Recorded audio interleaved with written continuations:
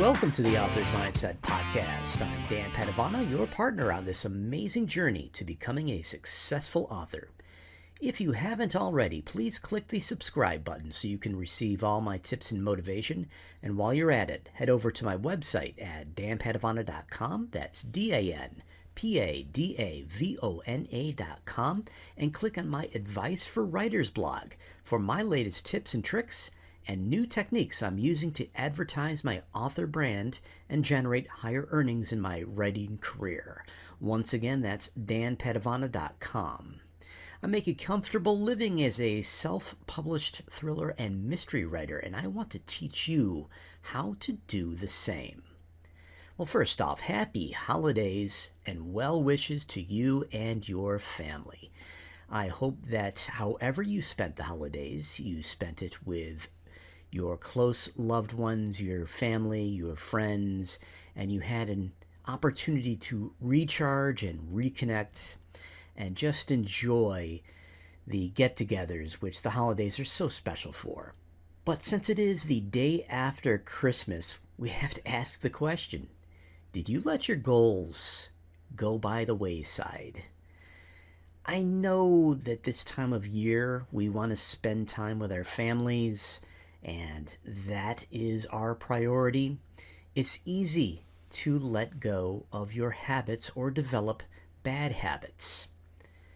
Well, I'll tell you for sure, I ate far too many cookies, both on Christmas Eve and on Christmas Day. So yeah, your diet probably took a hit over the Christmas holiday. But, professionally, maybe you fell behind on your writing. I took a day off. I wanted to spend the day with my family, so I wrote a little bit extra on Christmas Eve day so that I was ahead of schedule heading into Christmas Day, and I could get by with a day off and still meet all of my publishing goals. So the question which you may be asking now is, how do I get back on track? What strategy should you employ heading into this next week? Should you write more to catch up? And my advice on that is, you don't need to. This is a personal choice. If you want to knock out more words this week to make up for some lost ground, feel free. But don't push yourself so much that you are going to get overwhelmed. The best thing you can do is jump back into your positive habits and simply move forward. Another thing which may be on your mind is, wow, the sales numbers are usually pretty meager on December 24th and 25th. Unless you have a new release or you're running some type of promotion, these can be difficult days to check your numbers, and you're probably better off just hanging out with your family and not paying attention to Amazon, KDP's dashboard, or your book report, or whatever at all. Listen, Christmas Eve and Christmas Day are both low-volume sales days, so don't panic. My records show a big rebound on the day after Christmas, which is today, as I'm recording this, and that especially takes place once we get past dinner time. So hang in there. If you had a rough couple of days selling your books, if your page reads are way down, don't worry about it. People were spending time together and they weren't doing a lot of reading or book buying. They'll get back into it, and this tends to be the big ramp up between December 26th and the new year, and then as we get into the new year. Why is that? Is there a reason for it? Sure there is. A lot of people bought new Kindles. Maybe they got them for Christmas, and now they're looking for new books to read. So hang in there. We are through the worst of the low-volume sales days, and good times, very good times, are ahead, especially if you have a new release coming out, and I do tonight. Yes, my new book, Grave Girl, the first book in the Thomas Shepard mystery series, hits Amazon at midnight Pacific Standard Time tonight, and I can't wait. I just love having a new book to share with my readers, and of course, to have the calendar working in my favor just makes things so much better. On the last episode of the Author's Mindset podcast, I gave you a preview of a study which I recently conducted on CTR versus CVR. And what are we talking about? We're talking about click-through rate versus conversion rates in Amazon AMS advertising. This is a study which is based on a smaller study I did a few years back, and the data came out a lot differently this time around, and I think it's very important that I share this with you. Word of warning, word of advice. If you're kind of a math phobe, I used to be when I was younger. I'm really into statistics and mathematics now. I'm not going to get too deep into the math. I'm just going to tell you about the conclusions which I drew from this study. Why is any of this important? The assumption is CTR success or failure will predict your CVR results. In other words, if you are having a high degree of success with your click-through rate, in other words, a lot of people who see your ads, impressions, are clicking on your ad, clicks. We obviously get a lot more data from impressions. So this is something which would really help us, wouldn't it? If you want to decide ahead of time to bid up or bid down on a key phrase, you could use CTR to predict where CVR is going to be for you. Now, if you have a click for 100 impressions, that means that you have a very high CTR, and obviously you have 100 times the amount of data from your impressions than you do from your clicks. In many cases, you'll have 1,000 more impressions or even more than that per click.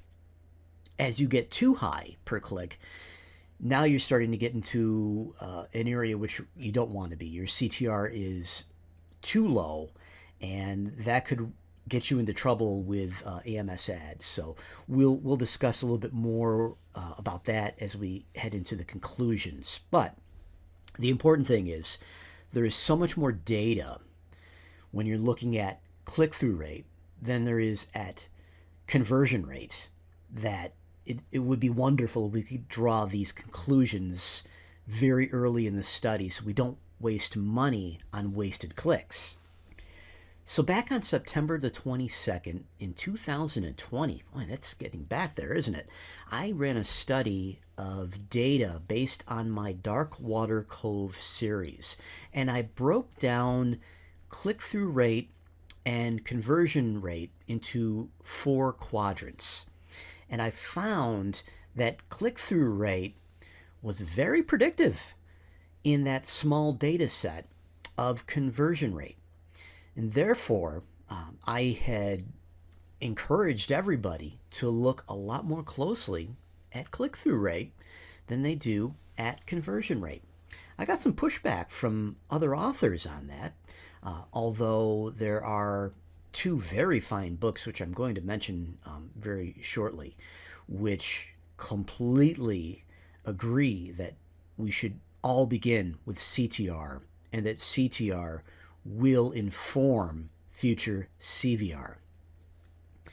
Now, I didn't have enough data in that study, and as the months and years passed, I noticed several times on my dashboard instances where CTR was very poor, but conversion rate was quite high, making it a very profitable keyword.